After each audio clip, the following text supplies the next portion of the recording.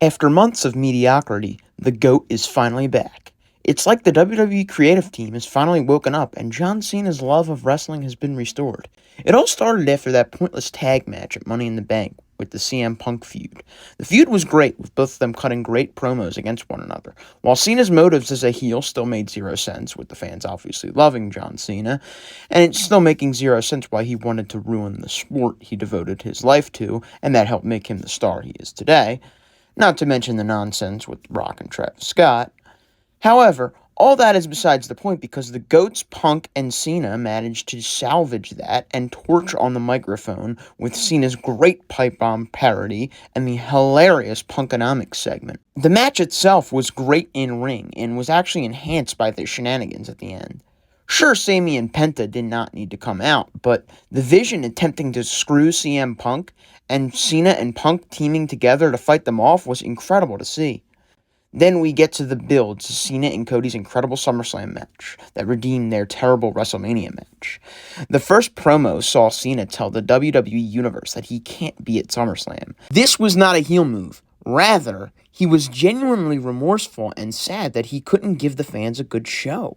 He stated that he wasn't mentally and physically healthy, so Cody knocked some sense into him and forced him to sign the contract.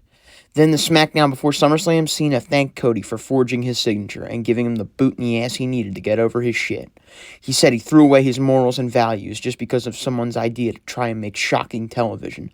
Then they left him alone, trying to be something he's not. He said he loves wrestling and does not want to ruin it. He just wants to take the belt home so nobody forgets him. He says the fans win no matter what because the real John Cena is back. In future promos, he would even state how much the fans mean to him. This promo was incredible, so emotional, and saved John Cena's farewell tour. But it's not just this promo, it's his incredible work in his following matches and promos. It's like he realized he's not washed, and he's still the GOAT. His in-ring work has been impeccable. Code Reds, electric chairs, hurricane ranas, end of days, monkey flips, tornado DDTs, Styles Clash, butterfly faceplants, and more. He's been on a roll, and is reminding the world why he is so great. And it all started on that SmackDown before SummerSlam with his incredible face turn. He realized the error of his ways and that he loves the fans and they love him. He even trashed Travis Scott. Then at SummerSlam, where he made an incredible babyface entrance and put on a 5-star match with Cody. John Cena versus Cody Rhodes was my favorite wrestling match probably ever.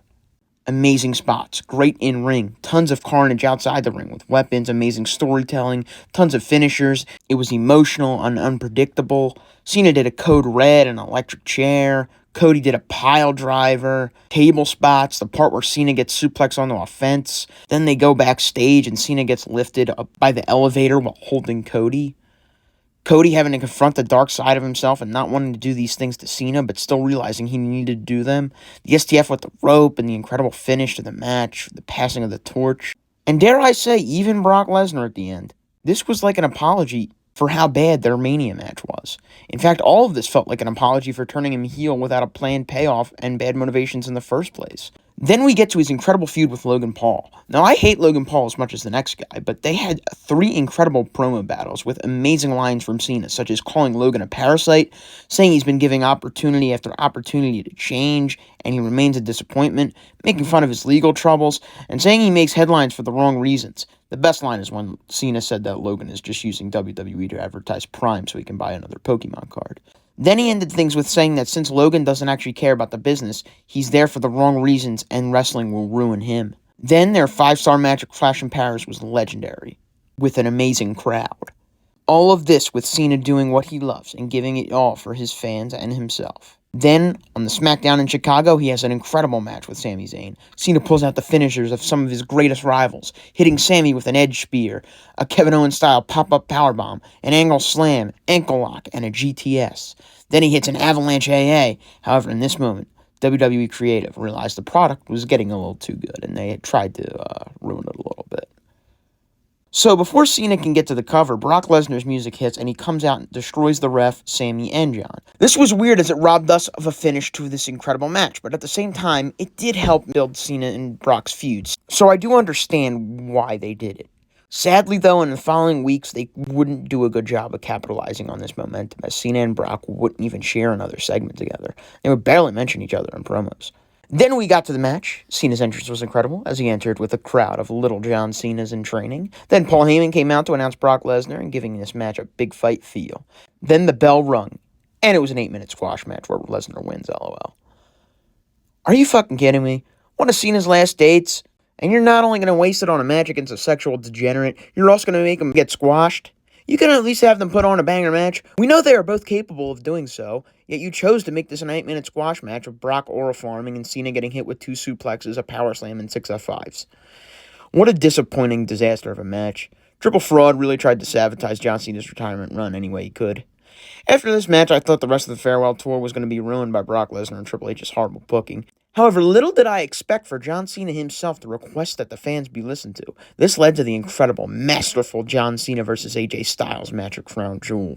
The crowd was electric. It started with John Cena surprising AJ Styles with a beautiful personalized announcement.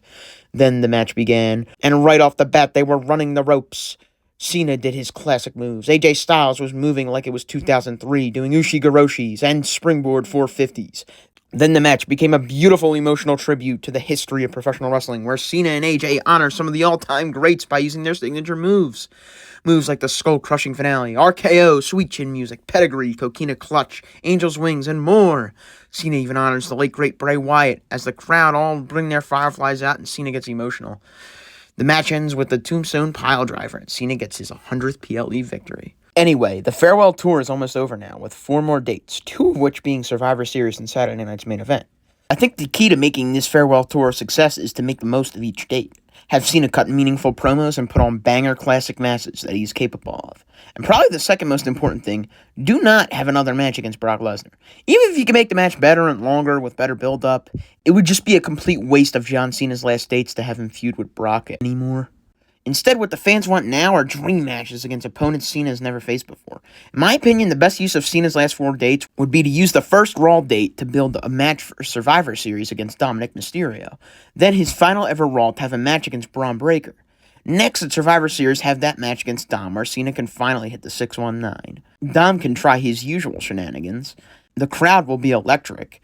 And Cena can finally win the Intercontinental Championship. Finally, you can have a tournament on Raw to see who John Cena's last opponent will be, and I think Gunther should probably win that. However, even if all of this came true, there is still so much that Triple H ruined about Cena's final run. Having him turn heel with terrible motives and reasoning, his 17th title win at WrestleMania was tarnished by Travis Scott and the fact that he was a heel, and his heel run going on way too long and having some dud matches and promos. Then they finally saved it by having him turn face and put on banger match after banger match with amazing promos, backed up with the story of John Cena not wanting to be forgotten, but still wanting to be himself and never back down from a fight. Then they tried to ruin it again with Brock Lesnar squashing him in a terrible feuded match, but then they saved it again with AJ Styles. All we can do now is hope and pray that Triple Fraud doesn't try and tarnish Cena's legacy anymore, and that his retirement match will be worthy of the greatest of all time.